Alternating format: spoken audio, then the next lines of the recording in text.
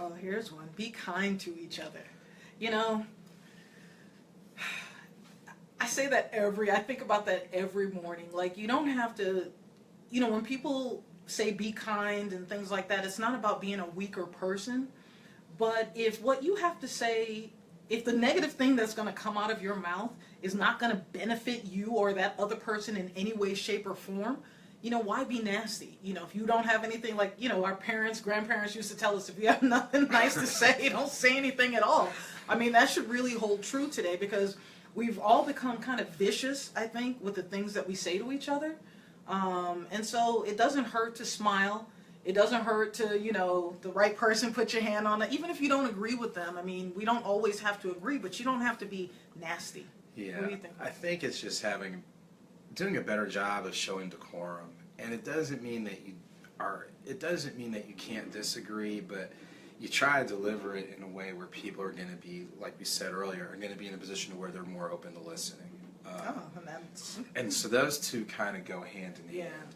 And then it's like, and from a spiritual standpoint, the proverbial, you never know what someone's going through. Like, all of us are going through something. Right.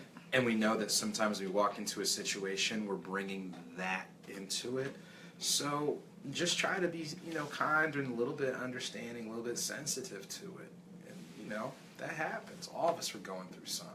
Definitely. And then, again, with this era I feel like it's it's not new, it's been happening since '08, but this era that we're in about being so closed-minded, start being more open-minded. Being open-minded doesn't mean that you have to accept or even adapt somebody's philosophies or thought, but you should be able to see things from another person's perspective, or at least understand that your way isn't the only way. Yeah, your way might not be the best way. And that's still, even being more open-minded, it also goes in hand to start listening. How are you going to be open-minded if you're choosing not to listen? True. So you got to be willing to listen. And you got to be, like we're saying, even if you don't agree with somebody, get an idea where they're coming from. Get an idea where they're coming from. It goes a long way. It does. It does. It does. So wait, do we want to pause? Or yeah. Keep going? We got a few more. We can just keep going. Okay. Well, we're going to continue on. And see, that's what being open-minded. I was thinking pause. She was saying let's keep going, and her idea was a better idea. Here you have it. Good. So this is a good one, though. Start taking responsibility and admit when you're wrong. That's huge, because it's sometimes when you're the person that made the mistake, we know pride and ego. Look, we all have a degree of pride and ego, and sometimes it's hard to admit when, yeah, you're the person that made the mistake, or maybe your opinion wasn't the best thing, or maybe because you make decisions purely out of opinion or purely out of emotion or purely out of logic and they're not in balance. When those things aren't in balance, you can make, bad decisions and what have you. Admit that you're wrong sometimes. It's okay. We've all made mistakes. Yeah, and then I think this one ties into some of the other ones. What is it? Being more accepting? Yeah, definitely. That ties with being open-minded and listening to people.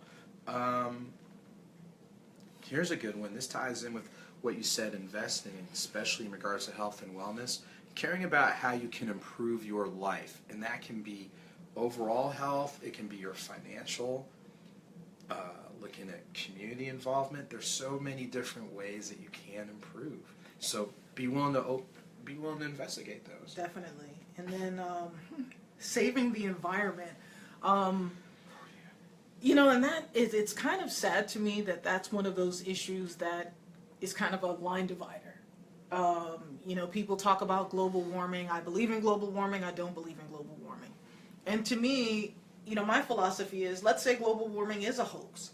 If it is a hoax, does it mean that you still don't try to take care of the environment that we have? It means, is it okay? Why shouldn't we all want clean air, clean drinking water, streets that are clean? There's a lot of things that we, just think about agriculture, yeah, all that type of stuff. Like, you might not think it's happening to a certain degree, but certain things clearly are happening. Right. You think about, Flat Rock, and you think about one of the things we said, getting rid of the current president, who's trying to undermine a lot of those preservation pieces, right, and really tie the hands of the people that work for the EPA. They're there for a reason. So let people be great. Let them do their jobs. No, seriously. I mean, think about it. If the environment deteriorates, it's going to have so many impacts, like you said, on our food supply, on our overall health. All these types of things, costs of just being able to do basic business are going to go up. Right. So, yeah, saving the environment, let's at least kill it a little bit slower than we are. Yeah.